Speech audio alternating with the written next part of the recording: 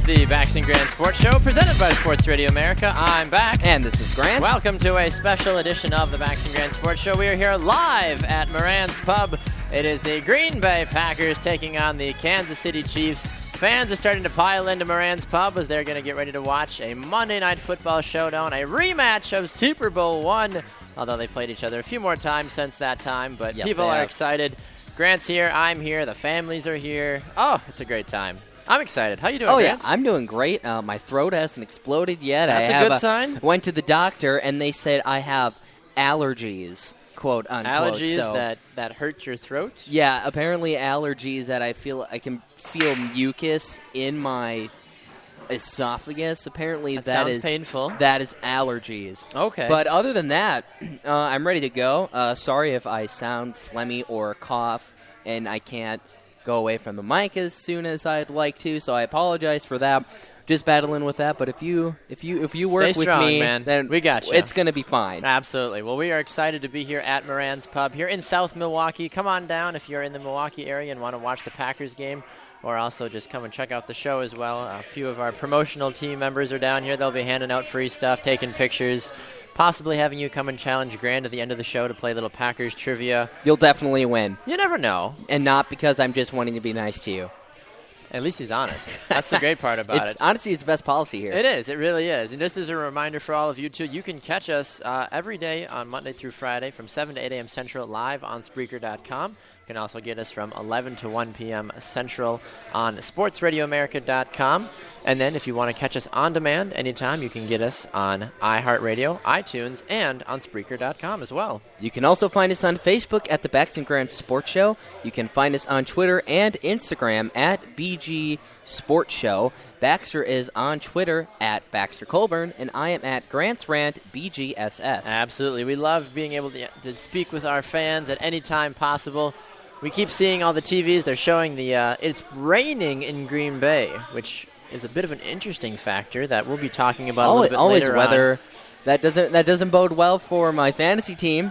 Yeah, you need a lot. I need 13 points from Mason Crosby, so a rainy day not going to help. I'm already going to take the L after learning about that. But we're not here to talk about my fantasy team, Baxter. We're not. We'll be talking about that tomorrow with David Kenyon. We will. So if you miss that, if you want to hear how poorly my team did, you can hear about that. But what we are here to talk about, Baxter, is the Green Bay Packers versus the Kansas City Chiefs tonight in Lambeau Field, Monday Night Football. And like you said before, this is a rematch of Super Bowl I, which, of course, the Green Bay Packers defeated the Kansas City Chiefs actually pretty handily. Baxter, why don't you tell us about that? Yeah, absolutely. Well, first of all, the records are a little interesting because obviously they didn't have enough teams like they did nowadays. Green Bay went into the Super Bowl with a record of 12-2. Kansas City was a record of 11-2-1. Green Bay ended up winning the game by a score of 35-10. It wasn't much of a contest. At halftime, it was 14-10, but Green Bay pulled away, dropping 21 second-half points, thanks to the great quarterback play of the man, the myth, the legend, Bart Starr. Not a bad stat line for a Super Bowl. 16 of 23, 250 yards, 2 touchdowns. Did have 1 interception, but even still, not a bad stat line at any rate. And that's really interesting, actually. I felt like that would have been lower looking at how much the game has evolved into a pass-heavy offensive game. And then you always hear about how tough it was in the league back then, where they don't have as many penalties, protecting the quarterback and the receivers or any ball handler. So it was much tougher. I think the ball was harder to throw further because it was a lot rounder, wasn't it? Yeah, it was a different shape than it is now. So so it was harder to throw. So the fact that he went 16 for 23 for 250 yards for 2 touchdowns and 1 interception, that's actually really good. 37 was his long. And those must have been a lot of long passes for just having 16 passes to get 250 yards. That's really good. So that actually surprises me that the passing game was so effective in that game. Well, it's interesting to note, too, look at who his leading receiver was for that game. It was Max McGee. He dropped 7 catches for 138 yards and 2 touchdowns. He did have the long catch of 37 yards, which, as we know, was Bart Starr's longest pass on the day as well. So we're seeing some stats that are very similar to what we would see nowadays for Packer, for even just football as a whole. You look even for Kansas City, their quarterback, Lee Dawson, 16 of 27, 211 yards. He had a touchdown and a pick, but he still did fairly well throughout the day. And they even had Pete Biederhart as well go 1 for 5 for 17 yards. It's just interesting to look back on some of these guys that played for Green Bay back in the day. They had Jim Grabowski on the team. Even looking around, they have Jim Taylor. Obviously, he had 17 carries for 56 yards and a touchdown during the Super Bowl. It's interesting to just know that this team for Green Bay, they had a great team back then. Obviously, I mean the score line: Max McGee scored twice, as we mentioned. Elijah Pitts had 2 rushing touchdowns for the Packers. Jim Taylor added another rushing touchdown as well. These are classic Green Bay Packer legends. If you are a Green Bay Packers fan and you've been alive for probably more than, I'd say, even 15 years, and your parents have done a good job of keeping them... Raising you correctly like you're supposed to do as a Packer fan. Raise your children. You can... I'm speaking to you, names. Liam. Exactly. You will learn these names. He's sleeping. Yeah, that's okay. How's he supposed to know? Osmosis. You just, at the middle of the night, you just put the Packers almanac on his head. I got I'll take your Packers Bible that you have and just put it on his face. Perfect. That's all you. I have yet to get this year's. I haven't been up to Lambeau yet this year, but my dad has. Did he get one? I don't think he got one. If I knew they were at Lambeau, I would have told him to get one. Well, is he at Lambeau tonight? No, because it's Milwaukee package tonight. Oh, the Milwaukee package. Just so interesting fact, if you did not know, the Packers used to split their home games. They used to play in Green Bay and in Milwaukee. And then when they moved officially all their games to Green Bay, they were like, what are we going to do with the season, or the people that come and watch in Milwaukee, the season ticket holders? Yep. So they give 2 of the home games to the Milwaukee. It's called the gold package, I believe it is. I was wondering what the gold package meant. I was like, well, that's just some special thing for these cool... The gold package is for the Milwaukee ticket holders. Oh. So you have 8 home games, 8 away games. For Packer season ticket holders, you only get 6. If you have the Milwaukee season passes, interesting, you get 2. So yeah, little more interesting Packers trivia. But yeah, if I would have known that the Bible, they updated it yearly, and it was at Lambeau, I would have told them to pick that up. They update it yearly. It's one of those things where because I guess it has stats and everything. 400 pages of pure color. It's got to be super expensive to make, but they sell it for about $15 or $20. Hey, that's actually not too bad considering the pro shop. That's what I was thinking. I saw that last year when I worked at Lambeau Field. I was like, oh gosh, I didn't want to flip it over because I'm like, I don't have $400 to spend on this thing. I don't want to look. Flipped it over. It was $15. My grandma was with me. She's like, I'll buy it for you. I'm like, oh grandma, Aren't so you just nice. a doll. What a gal. Love you. It worked out so well. Well, one other exciting thing that's going on tonight, obviously, yes, it's a rematch of Super Bowl I. The Green Bay Packers obviously have Aaron Rodgers. Obviously. Last we checked. Yes. He has an interesting storyline going into tonight's game as he has beaten 30 out of the 32 NFL teams.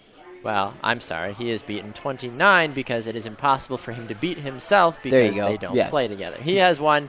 He's beaten 29 of the 31 possible teams that he can beat unless he changes teams, which I'm not saying that. Never mind. I didn't say that. People have been saying that he's got the Brett Favre career, so maybe knocking on wood. I didn't say that. He's always going to be a Viking. You never know. It's possible. Well, it's looking how Jared Allen's been jumping around. He just got traded to the Panthers. I know. Isn't that crazy? At first, I read Packers, and I about lost my mind, and I was like, "What's going on?" And then I was like, "Okay, Panthers." You imagine? Panthers. I'm like Julius Peppers, Jared Allen, just crushing people. That's why my brain was exploding, and I was like, "What? How did the Packers manage to get him?" I was like, I saw that it was a trade too. I wonder who they would have traded for that, but it's a draft pick. Yes, was what it was exactly. So Aaron Rodgers has beaten 29 of the 31 NFL teams this year.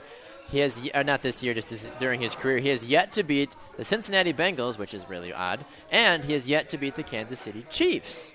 Now, as we know, the Chiefs were I'm guessing you were probably mentioning this, but the Packers 2011 season went 15-1. The only team that they did not beat that year besides was the garbage Kansas City Chiefs. Yeah, and besides whoever they lost to in the playoffs. Giants. Yeah, the Giants. I put that out of my memory. But yes, they played the Kansas City Chiefs week 14. Yep. I believe it was week 14, and huge upset in the Arrow Bowl. and people are still calling for revenge. The I believe. Arrow Bowl? Yeah, the Arrow Bowl. That's where they play. Arrowhead Stadium? Arrowhead. I thought it was the Arrow Bowl. Arrow Bowl? No, it's Arrowhead Stadium is what Kansas City's. Arrow Bowl? Oh, I know where I got What that is the from. Arrow Bowl? The Arrow Bowl is a place at a camp that I used to work at. It's a campfire pit that's shaped in the head of an arrow. The head of an arrow. So that's what they Green call Bay it and Arrow Kansas City Bowl. just happened to play a football game there. That'd be sweet. Wouldn't it, though? Like, That'd whoa! be sweet. Middle of the Northwoods in Wisconsin. Anyway. That's not where they played, though. They But played these at Arrowhead guys- Stadium, and they were upset as people Right. were. But you had the feeling with, they were already 13-0 at that point going into the game. I really wasn't upset, though. Some people were, yeah. Well, there's those I was real. glad that they were because it's like There are the those pressure, people, 'cause- though, that thrive on, oh, my gosh, we got to finally take out those, whatever it was. Was it 72 Dolphins? Who are the Dolphins? Yeah, I think something it was- like I'm that. pretty sure it was the 72 Dolphins. But look what happened to the Patriots 2007. yeah, they lost in the Super Bowl. Was that 8? I think it was 2008, the year the Patriots went, whatever it was, 15. Well, They went 16 18-1. Yeah, I they went guess. 18-1 that year. Yeah, 2007. Our stat guy Corey Plath is saying for us. So, But yeah, that's why we bring him along. Yeah, also, interesting fact, he dropped on Periscope today over 10,000 hearts. How much? The final 12,400 some hearts on some Periscope ridiculous today. Anyway, but Oh my gosh. I was really okay with that because I was like, I didn't want the Packers to go undefeated and have the same thing happen to them what happened to the Patriots, Yes. because that was just a huge heartbreak. I was reading an article on the 30 best teams that have never won the Super Bowl. Actually, I think 3 Packers teams made the list. The 2011 one was higher up They on were there. hot that year, And, honestly. But the number 1 team was that Patriots team, and I didn't want the Packers going down like I that. remember seeing that article, and people were a little shocked. They're like, wait, why is... it was something different of that, but people were furious about that specific Patriots team. Yeah, but see, I was okay with that, but now, like tonight, and kind of like what it was last week, I don't know, it's with Packers fans and calling for revenge after every loss. I mean, the Packers aren't perfect. They're going to lose sometimes. It's not off with everybody's head every time we don't play hear the them, Bear I think. fans hollering in the streets saying, hey, the Packers, down with them, or the Bears, oh, they just traded Jared Allen away. They're over it. I saw a meme on the internet today that there was a guy in Seattle at the last week's Seahawks game, took a picture of a Bears jersey that was thrown over the back of a chair, and the text said, a Bears fan just sighed, shook his head in the fourth quarter, took the jersey off, put it on the chair, and left the stadium. Oh, Chicago, stay classy. We love you so much. Thank you I for all feel the so wins. bad for that guy. I mean, it's a hard team because to love. the Bears are a classic, iconic team. They are. Classic, iconic absolutely team. are. And for them to be this bad right now, well, okay, they're not. I think people are making them like worse. They are. They're 0-3, but I don't think with they're some of like that, absolutely horrible, but they're not good, and it's kind of hard to cheer for them. So I feel for you, Bears fans. And that's coming Absolutely. from a Packers fan. So No, I agree. That's how bad it is. It is unfortunate. All right, we're going to go to a break. When we come back, James Moran of Moran's Pub will be live with us on the Baxter Grand Sports Show. You're not going to want to miss it. We'll be right back.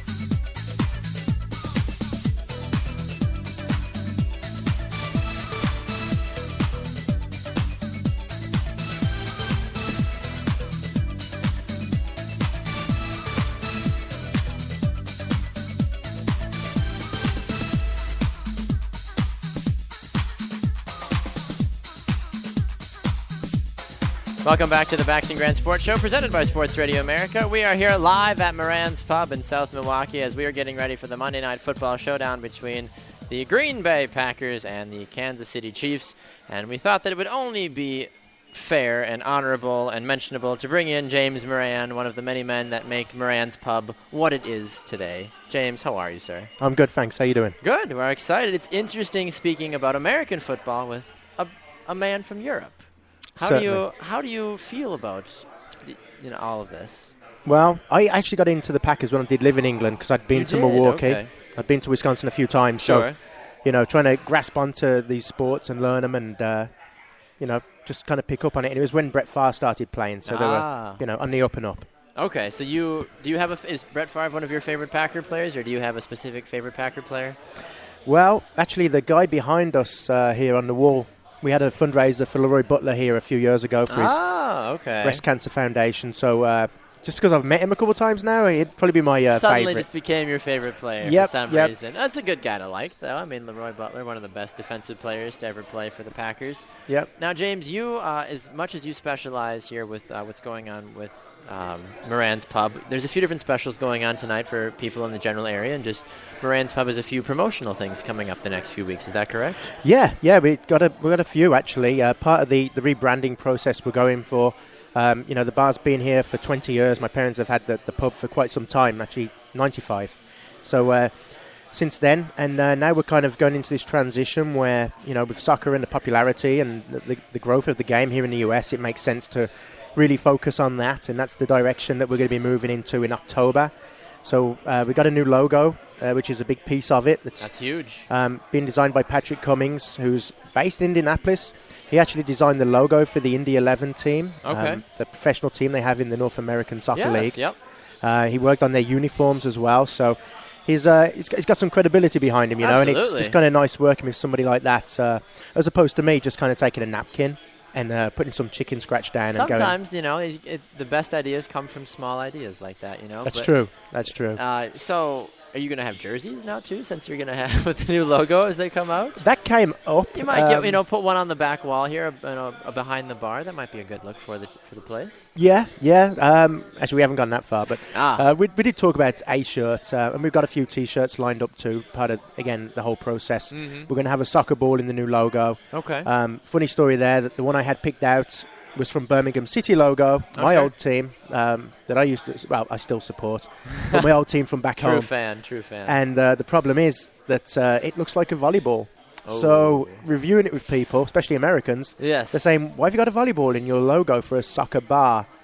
So I would understand it because I've got a little bit of that back culture to understand that some of the old footballs back in the day looked like that. Yes. But I don't want to call them stupid Americans, but for those not as cultured Americans that don't understand the game of European football, I can understand why they would be confused by that. No, it makes sense, and it does look like a volleyball.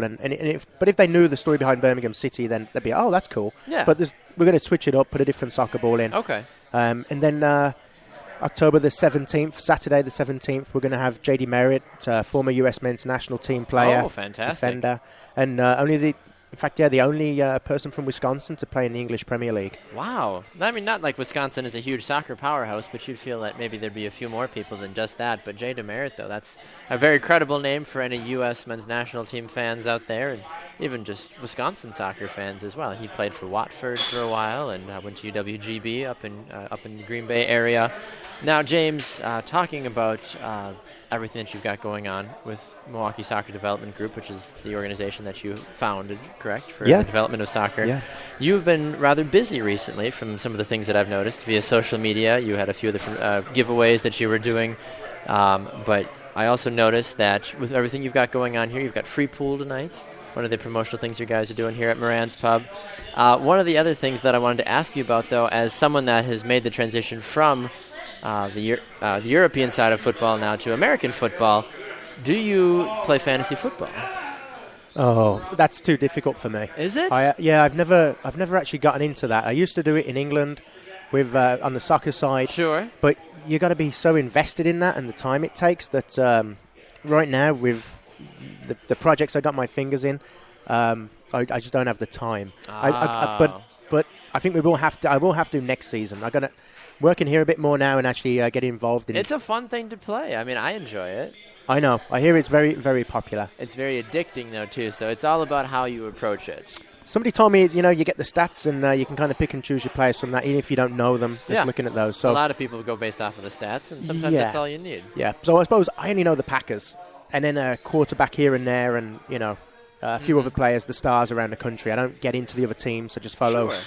Same with baseball. I'm just Milwaukee Brewers, basketball, the Milwaukee Bucks, and I don't really look at the other people there. Fair enough. Well, as someone that's followed the Packers since you said back in the days of Favre, do you have any fond memories of the team and your followings? I know you said you've slowly grown to appreciate the team over the years, but since you have such a different perspective on things, do you have any specific memories at all that really stick out to you? Well, the first year, when I moved here from England, it was 96. It was August 96.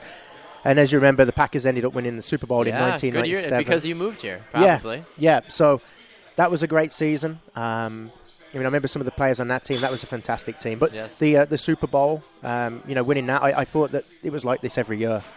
Not always the case. No, not really. A harsh reality. A lot of heartbreaks along the way. But I actually, watching the last Super Bowl victory, was it 2010? Yes, 2010. Okay. I was watching that at the Irish pub downtown Milwaukee in the 3rd Ward, and I had a blast. That was the best one for me. Really, really good. Yeah, I mean, that's a great place to socialize and watch games. And I feel like, especially with big games like Super Bowls, you want to be around a lot of people. Some people are like, I just prefer to be by myself or with my family.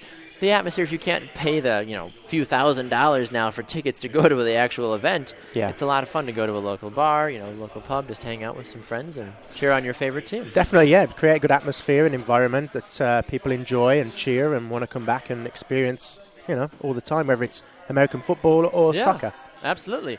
Well, James, before we let you go, we appreciate you taking the time, letting us broadcast here at Moran's Pub. Do you have a score prediction for tonight's Packers-Chiefs game? Let's see. I have to do my math now. I have to go 7, 14, 21. Go.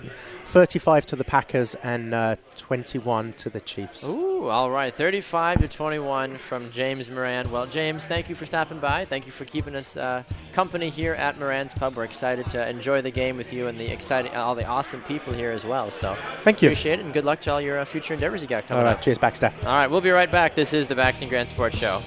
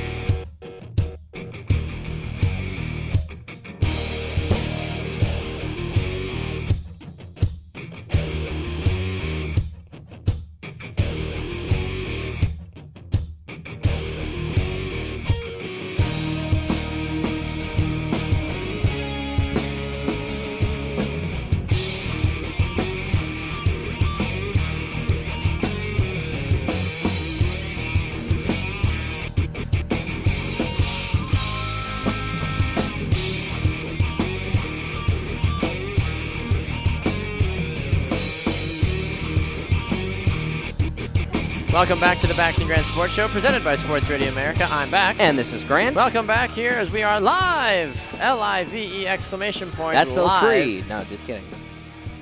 Yes, we are here at Moran's Pub in South Milwaukee as we are getting ready to watch the Green Bay Packers and the Kansas City Chiefs on a Monday Night Football brawl to the death. Last team standing wins something. No, it's not. It's not going to be a brawl to the death, but it's going to be a lot of fun to watch.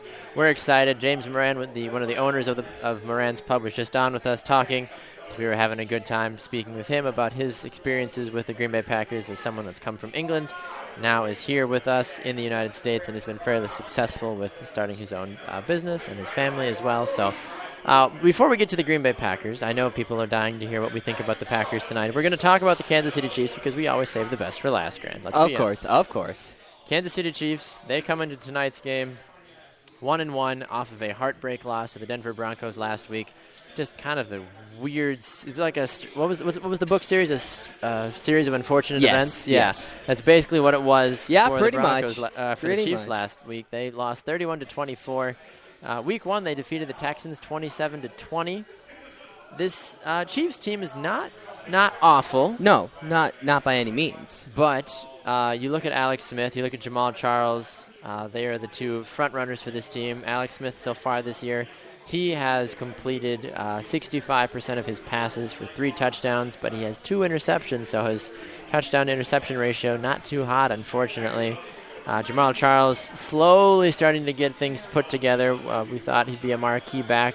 I know they're only 2 games in, but right. He's only got 182 yards in 2 games. And that huge fumble last week. That's what cost him.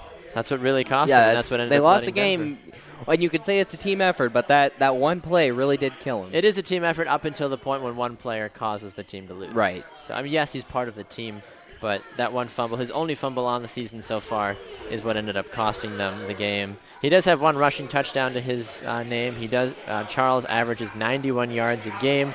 As we know, Green Bay's rush defense traditionally is not very good, but they did a great job of shutting down Marshawn Lynch excellent job last week, holding him to under 50. They did, yeah. So we'll see if Jamal Charles is active tonight via the pass or via the run. I feel for Green Bay, you're going to want to watch him more so coming out of the backfield to catch the passes because of how shifty he can be. Anybody can hand the ball off and say, go run. But when you have a guy going out on a passing route, that opens up a lot more possibilities for a guy like Jamal Charles to make some plays in the open field and get upfield and score. And especially if that Packers defense is being stingy as they were last week against the run, if you want to get your running back started and you can't get the run game going, but you want to get that one player involved because he's super explosive, yes, you drop him off into a pass. You put him to the outside, a little check down play possibly, or you just right up the middle, see if you can get a good decent play. But you try to get him to the outside instead of trying to force him up the middle. Maybe a good play action and then toss it to him on the outside to get him open for a play. You might be looking for that happening later in the night if they can't get the run game going. Yes. Also, another big player that the Packers defense will have to keep their tabs on is Travis Kelce. Yes, the leading receiver for the team. The only you can't really call him. He's not technically a wide receiver, but he's the tight end. Yeah, and he has. I'm not going to say he has the only receptions because Jamal Charles might have. Jamal Charles has 1 receiving touchdown. Yes. Okay, but so Travis Kelce has been the lifeblood of the small amount of passing that has come from Alex Smith so far this year. Because still the Chiefs wide receivers have not caught a touchdown pass, and it would now be over 18 consecutive games. How crazy is that? Unless they scored on 2 seasons ago, the last game, it would be 18 games. Yes. Up to this point. So they're going on a huge drought with reception yards. So they're really going to be looking for Travis Kelce to make a big game. And so far for Travis Kelce this season, he's got 10 total catches on 11 targets, 164 yards. He's averaging about 16.5 yards a catch. We mentioned, Grant, he's got those 2 catches, or 2 touchdown catches as well. Jamal Charles rounding up with that 3rd one. If you are Green Bay's offense, though, Grant, there are several guys you're going to want to keep an eye on tonight. You're going to want to watch out for Marcus Peters. He has 2 interceptions in 2 games, one of which he has returned for a touchdown. Aaron Rodgers has not thrown an interception at Lambeau Field in, I believe it's been 3 years. Yes. So if there were ever a night and ever a guy and ever a team, I'm sure people have talked about this with Richard Sherman last week, but Marcus Peters has just been playing fantastic so far. Yes, he has. Already 2 interceptions, like you said, this year. Just an absolute dominant threat. Another one that you're going to have to look for is the tackles leader for the Chiefs. You moved in on me, Jamel Fleming. Thank you. I was like, I know it's Fleming, but I don't know his first name. Too many first names. So just a tougher Chiefs defense that you don't really hear a lot about. Yep. But it's not like they're a bad defense. It's not, because they possess 2 of the best outside pass rushers in the NFL. You've got Justin Houston, who missed the sack record last year by 0.5 sacks. I mean, at that point, just give it to him, honestly. Right, honestly. If you miss just anything by 0.5, just round up. It's kind of like Adrian Peterson with his honestly, just 9 give it yards. to him. Just give it to him. Give him 9 yards. And they also have Tamba Hali as well. So you've got both of those guys coming from the great outside. players. I would kill to even have one of those players on the Green Bay Packers. No offense to Clay Matthews, but if they could them give not him another figuring out one, where they want to go, if you could get a carbon copy of Clay Matthews, put him on the other side. Exactly. That would Julius be Peppers fine. has been able to provide a little bit of that this year, but he's old.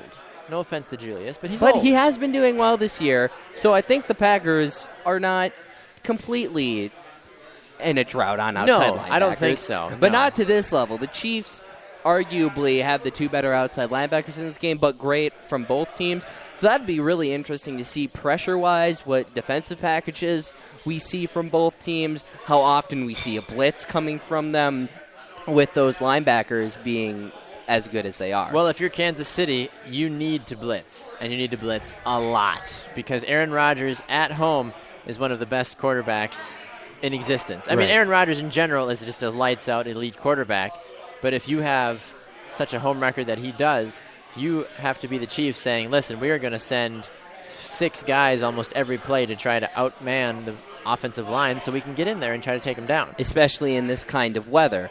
It's going to be slipperier.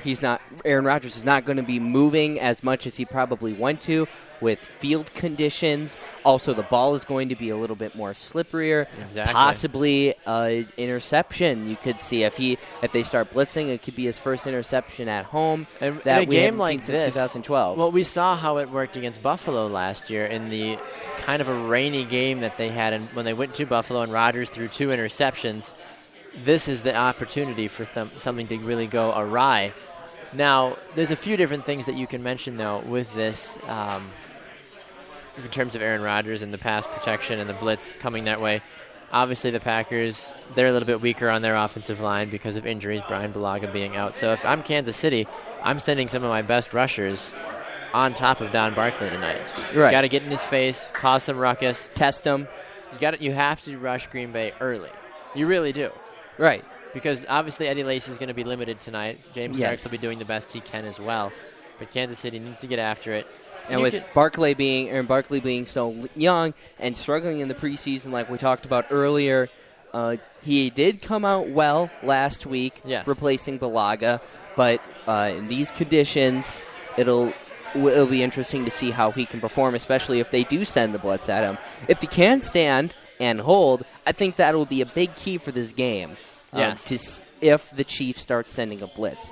And with the weather conditions the way they are, you have to take into account special teams because special teams have become more of a defining factor for NFL teams now. Right. With the way that the extra point has been changed now. It's a 33-yard field goal now instead of a little chip shot 17-yard field goal like it used to be.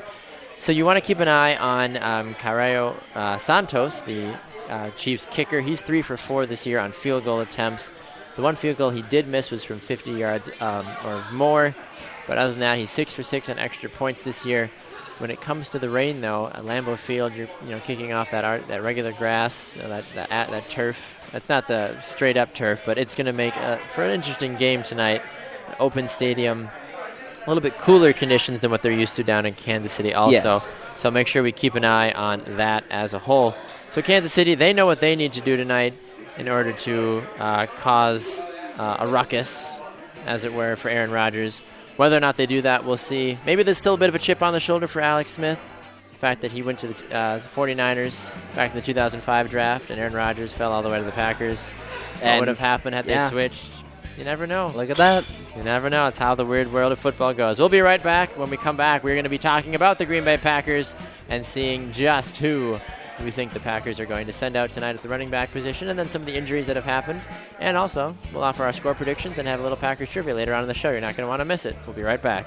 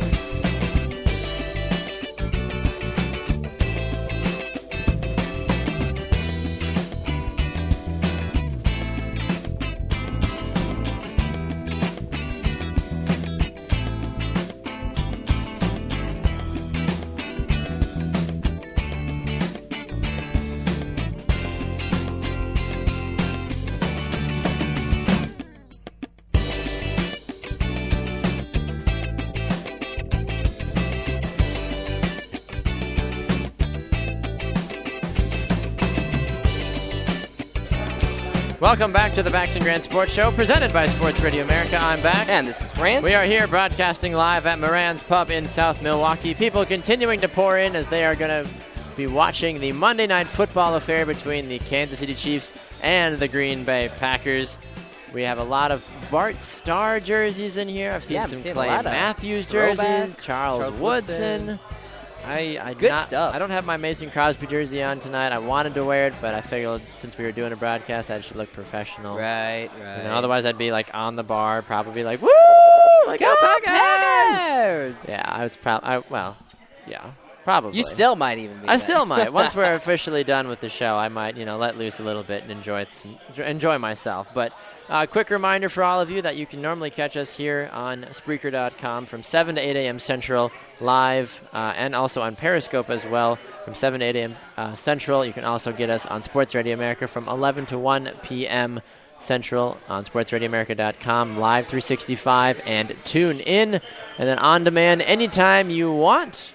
If you want to listen to us while you're at the pub, going for a walk, lying in bed, relaxing, thinking about the world that is, you can listen to us on iHeartRadio, iTunes, and on Spreaker.com. You can also find us on Facebook at the Bax and Grant Sports Show. You can also find us on Twitter and Instagram at BG Sports Show. On Twitter, Baxter is at Baxter Colburn, and I am at Grant's Rant BGSS. Yes, indeed. And if you ever want to get a hold of the show, feel free to drop us an email at bgsportshow@gmail.com. Corey Plath has done just an absolutely outstanding job for us tonight. He's our statistician. He's looking up things for us. He made all these beautiful flyers that are around Moran's Pub tonight so people can listen to us. I love the picture that he chose for your profile picture. Yeah, if anybody remembers what we posted last year when we were on that hiatus on our choir tour. Yeah, it wasn't last year. It was earlier this year in spring when we went to Florida, and it was a picture of me in the Everglades with that straw hat on. Yeah, looking super classy. That was. It's also the picture I used to wish you a happy birthday on the show's Facebook page as most well. Recently, yes. So special thanks to Corey for his dedication and hard work for the show tonight as we are getting ready to watch the Packers take on the Chiefs. A few different things we want to make note of tonight for injuries right away. I want to jump right into injuries, and then we'll get to some interesting facts on tonight's game. The injury report tonight. Brian Bulaga, Morgan Burnett, and Dimitri Goodson are all out for the game. Morgan Burnett, we thought maybe he might play tonight, but his calf has been too much of a pain for him to be able to play tonight. So no Morgan Burnett. We saw him play really well last week against the Seahawks, and it's great to have that veteran safety back there, but he will not be in tonight. Does that affect Green Bay too much without Morgan Burnett? I don't think so, especially with, we talked earlier about the Kansas City Chiefs not having a big, deep threat with their receivers, not catching a touchdown in how many of their games. And yes, you have Travis Kelce, but he's a tight end. He's not going to be really burning you down the field over the top. Tight ends really don't do that. So I don't think the Packers are going to suffer greatly from Burnett being out. Absolutely. You also look at the guys listed as questionable tonight. Outside linebacker Mike Neal and safety Sean Richardson. Both of those guys will play in some capacity tonight. Probables, we have Devontae Adams, Eddie Lacy, Aaron Ripkowski, what a guy, and Sam Shields as well. So some notable names on the Packers injury report tonight. Eddie Lacy, to our knowledge, will be limited in his role tonight. We will see a lot more of James Starks than we are used to seeing during a regular season game, although he did fill in well last week. Right. Rushed for 95 yards. And because of that performance last week against, the Seahawks defense, Legion of Boom, putting up 95 yards against them, I'm not at all concerned with James Starks. He's been proven he has a Super Bowl ring. He came in and stepped up, and the Packers needed him. He's not an explosive running back that apparently people think you need to be good. Not necessarily. He's just he's a smart running back. Yes, and he's just a kind of blue collar. Keeps his nose to the dirt. Just doesn't really. Doesn't go for huge yardage like Adrian Peterson gets like 100+ yards every game. Yeah, he's not going to break out. But he gets the job done. He gets the first down if you need it, and he's a good third down back. And and like you said earlier, he's a very smart back.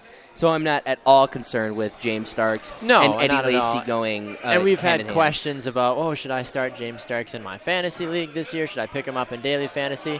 He's going to get the ball. Right. So it all kind of depends on how much he's going to get it and what he's going to do with it. But I feel like that's a simple question for every fantasy guy. Well, what's he going to do with it? James Starks is going to be a vital part of the Packers' offensive attack tonight. So Definitely. don't worry about him not getting the ball. With Devontae Adams being probable with an ankle injury, wouldn't be shocked to see more of Ty Montgomery or Jeff Janis tonight as well. Maybe Andrew Corliss will get the ball a little bit more as a second tight end. Richard Rodgers might get some more targets as well. Kansas City, they're going to be more concerned about their pass rush. They do have a decent secondary, but Green Bay stacks up fairly well, though, against this Kansas City defense. Especially with their depth in receiver and, of course, Aaron Rodgers throwing them the ball. Yes. And you can't deny it. And we talked a little bit before about blitzing and that the Kansas City Chiefs will need to be blitzing more often throughout the game to possibly get pressure. But Corey Plath, our stats guy for the night, pointed out, found that, not really sure on the numbers. There was kind of some weird numbers, but Aaron Rodgers is ranked at least 5th. He's ranked 5th in the NFL, yes. And when he's being blitzed. So we know Aaron Rodgers can be mobile. He can get out of the pocket. So even if Kansas City does blitz him, yes. 1, he's mobile and can get out of the pocket. 2, remember, go back 5 years when the Packers won the Super Bowl. The Packers didn't have the greatest offensive line. They did not. Aaron Rodgers was always under pressure, but still, he is so quick and so smart. He knows exactly what he wants to do with the ball. So even if you do send pressure, you run the risk of opening up the field a little more to a guy who can burn you anyway, and it doesn't really matter if you can get to him. No, I so agree. does it really count? Should the Chiefs even bother sending the blitz? Drop everybody back as much as possible? Respect the run, respect the pass, and not try to get pass rush? That's the or do they try? You got to get after it. You got to get after Green Bay tonight if you're Kansas City. If you're Green Bay, go right at them. Even though you don't have Eddie Lacy, I'm still sure the first play of the game tonight will be a 3-yard run up the middle, by James Starks or Eddie Lacy, just because every Packers game I feel like starts. Because that's what they want to start with, and then it doesn't happen, so then they're just like, okay, we're done. They're like, oh, running game's not going to work. Bummer. Moving on. They didn't get 1,000 yards in that one play. Okay, well, now we're done. Yep, exactly. Well, we are just a few minutes away from kickoff, and we want to run through a few other quick things here that Corey, our stat guy, found for us tonight. Grant, did you know that Aaron Rodgers is unstoppable? I'm well aware of that. Okay, yes, well, but tell me more about this. Aaron Rodgers, as we all know, he has a 69.4 completion percentage at home since 2003. He's thrown 35 touchdowns, no interceptions, averages 9.5 yards a pass, and has a 129.8 passer rating. Other guys on that list that are even considered thinking about: Drew Brees, Tony Romo, Ben Roethlisberger, Peyton Manning. Those guys are all traditionally good at home. All of those guys have an interception or 10 or 15 on their name. Aaron Rodgers has none. And that's what, in my opinion, makes Aaron Rodgers just such a strong quarterback, is that he is so smart with the ball and that you rarely see him throw an interception. Yep, absolutely. One thing to keep in mind as well, as we know, Jordy Nelson was taken out in preseason. It's not a problem, though, Grant. The Packers are 6-0 since without Jordy Nelson since dating back to 2010, and they have averaged almost 31 points a game without Jordy Nelson on the field. Who says you need Jordy Nelson to score points and win games? And I don't think anybody was questioning that. I think more when people freaked out was that they were just so upset because everybody loves Jordy. But yeah, that's a great stat. That's just like, all right, everybody, calm down. Yes, everybody's fine. We're okay. I know. One other thing to keep on lock tonight. We mentioned his name earlier in our show, Travis Kelce. He has been the safety valve for Alex Smith since last season. He has made 77 catches on 98 targets. He has a 78.6 catch percentage. And that was last year. That was last year. That's not bad at all. You saw Jermaine Gresham have a better catch percentage, but not by much. Travis Kelce, though, he loves getting that pass thrown to him. Yeah, and he got the second most targets in all the NFL of tight ends. Jason Witten with 107 is the only tight end that has had the most targets last year. Absolutely. Two other quick facts for you. Jamal Charles loves to fumble the ball. We made fun of Adrian Peterson earlier in his career for that. But we have seen Jamal Charles since 2012, Grant, 941 touches, 16 fumbles. Yikes. Since 2012. It's been 3 years. That's definitely not good. 16 fumbles since that point. You see some running backs, when they get 3 in a season, they're beating themselves up for it. If you are Green Bay, don't be afraid to punch at that ball, rip it out, do what you got to do. It's rainy in Green Bay tonight. You got to get after it. So if you're Kansas City, then one of our last things to talk about, what is something you want to keep an eye on tonight, is Justin Houston. He's had 13 sacks in the past 8 games. That's why he's an all-pro pass rusher. Of tonight's game, get after Aaron Rodgers. I would not be shocked if Houston grabs at least 1 or 2 sacks. Though. Oh, yeah, not it's at all. It's going to happen. Definitely with their, like we talked earlier in the show, like you said, just their dominant pass rush with their outside linebackers, just all-star studded linebacking core, pass rushing. Their front 7, you would argue, is one of the better front 7s in the league. Yes. But what kind of hurts them is that secondary. So that's going to be a key of this game. Can the Kansas City secondary step up, or does the front 7 pressure Aaron Rodgers so much to the point that it doesn't really matter, that they can just get to him quick enough? We're about to find out for all of that, Grant. We're just a few minutes away from kickoff. What's your score prediction before we head off for the night? My score prediction is going to be Green Bay Packers taking the victory tonight at Lambeau Field, 31-17 over Kansas City 31-17. All right, I am going to go for a 28-20 victory. I think Travis Kelce's going to be proud to be more of a nuisance tonight than we want him to be. But at Green Bay, at the end of the day, they're going to get it done. Keep it rolling at Lambeau Field. Thank you all for tuning into a special edition of the Baxter Grand Sports Show here live at Moran's Pub. Thanks to James Moran and everybody here at Moran's Pub as well for making the atmosphere exciting. We're going to have a lot of fun. We're going to go watch the game. We're going to enjoy it with our family and our friends. Remember, we'll see you all tomorrow from 7 to 8 a.m. Central live on Spreaker.com. You can get us Monday through Friday as well, and from 11 to 1 p.m. Central on SportsRadioAmerica.com, on demand, iHeartRadio, iTunes, and on Spreaker.com. You can also find us on Facebook at the Baxter Grand Sports Show, and on Twitter and Instagram at BG Sports Show. On Twitter, Baxter is at Baxter Colburn, and I am at Grant's Rant BGSS. Absolutely. Thank you so much for tuning in, everybody. We appreciate it. If you're here in the Milwaukee area, come on down to Moran's Pub. Let's watch the Packers together. If not, no matter where you are, go Pack, go. He's Grant Coppersmith. I'm Baxter Colburn. Special thanks to Corey Plath and his wonderful girlfriend, Chelsea, for helping us out tonight as well. Thank you all for your continued listenership. Monday Night Football, people. Embrace it. Let's go!